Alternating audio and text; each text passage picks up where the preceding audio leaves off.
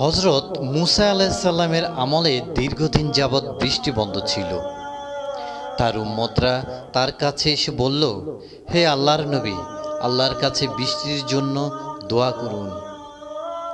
এই বৃষ্টিহীন গরম আর সহ্য হয় না। হযরত মুসা আলাইহিস সালাম সবাইকে নিয়ে বৃষ্টির জন্য নামাজ পড়ে দোয়া করতে শুরু করলেন।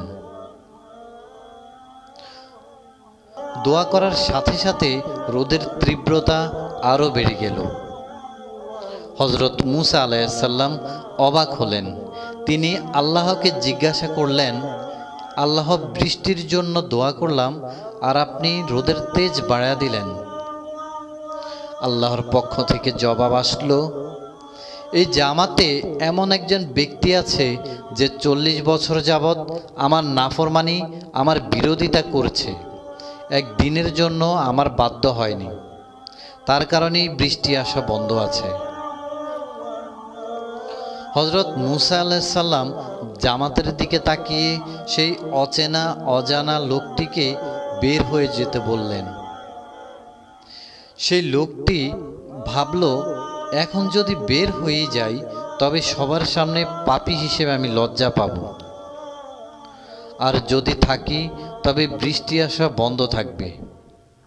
নিজের ইজ্জত বাঁচানোর স্বার্থে সে আল্লাহর কাছে দোয়া করল, হে আল্লাহ, 40 বছর আমার পাপ গোপন রেখেছেন, আজকে সবার সামনে আমাকে বেইজ্জতি করবেন না, ক্ষমা চাচ্ছি।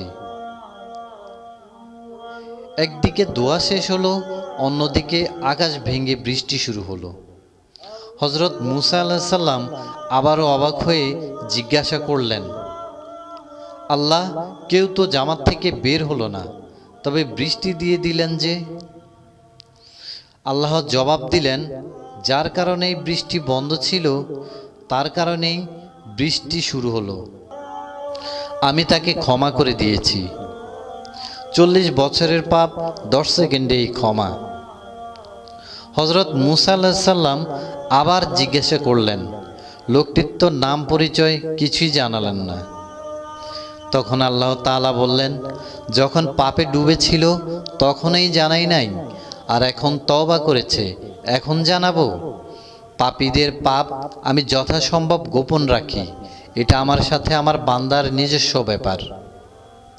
অথচ আমরা নিজেরা পাপী হয়ে প্রতিদিন প্রতি মুহূর্তেই কারো না কারো নামে বদনাম গীবত করেই থাকি।